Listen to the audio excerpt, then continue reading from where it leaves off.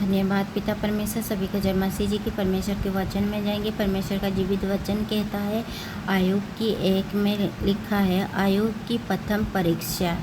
आयोग की प्रथम परीक्षा कैसी हुआ था, इस वचन में हम पूरे जानेंगे। ऊंच देश में आयोग नाम का एक पुरुष था। वो खरा और सीधा था और परमेश्वर का भय मानता और बुराई से दूर रहता था। हालेलुया। उसी के 7 बेटे और 3 बेटियों उत्पन्न हुई। उसके 7,000 भेड़ बकरियों, 3,000 ऊँट, 500 जोड़ी बैल और 500 गदहियों और बहुत से दास दासियों थी। वरन उसी के पास इतनी संपत्ति थी कि पूर्वी देशों के लोगों में वो सबसे बड़ा था। उसी के बेटे बारी बारी से एक दूसरे के घर में खाने पीने को जाया करता था और अपनी तीनों बहनों को अपने संग खाने पीने के लिए बुलावा भेजते थे।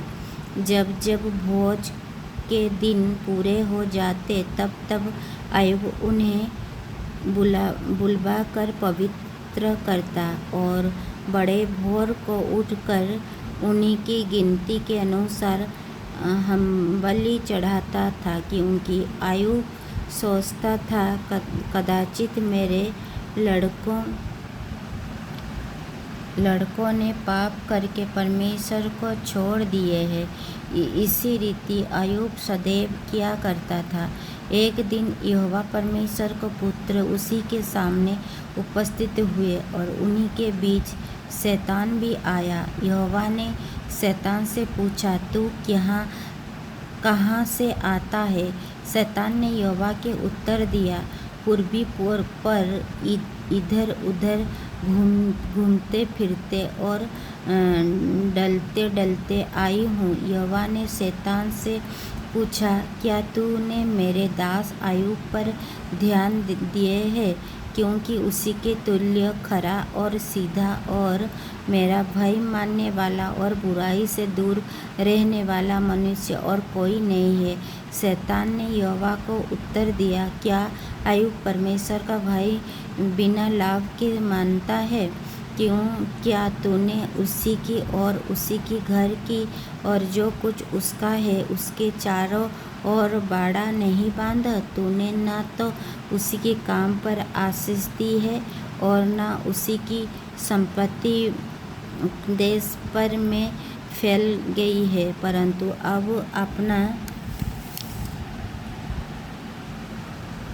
अब अपना हाथ बढ़ाकर जो कुछ उसी का है उसे छू, तब वो तेरे मुँह पर तेरी निंदा करेगा। यहोवा ने शैतान से कहा, सुन, जो कुछ उसी का है वो सब तेरा हाथ में है, केवल उसी के शरीर पर हाथ न लगाना। तब शैतान यहोवा के सामने से चला गया। आयूब के बच्चों और संपत्ति का नाश। एक दिन आयूब के बेटे बेटियों बड़े भाई के घर में रखा रहे और दाख मधु भी रहे थे।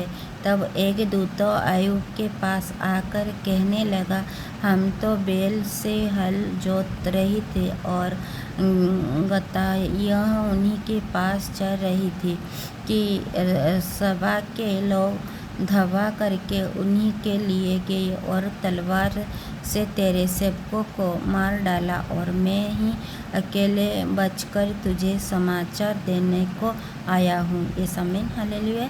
जितने भी भाई और बहन इस वचन को पढ़े सुने जाने में प्रभु आप लोगों को ढेर सारा आशीष दे और बहुत से आशीष दे। यीशु मसीह के सामर्थ्य नाम में आमीन आमीन। Hallelujah hallelujah. सभी को मेरी तरफ से गॉड ब्लेस यू।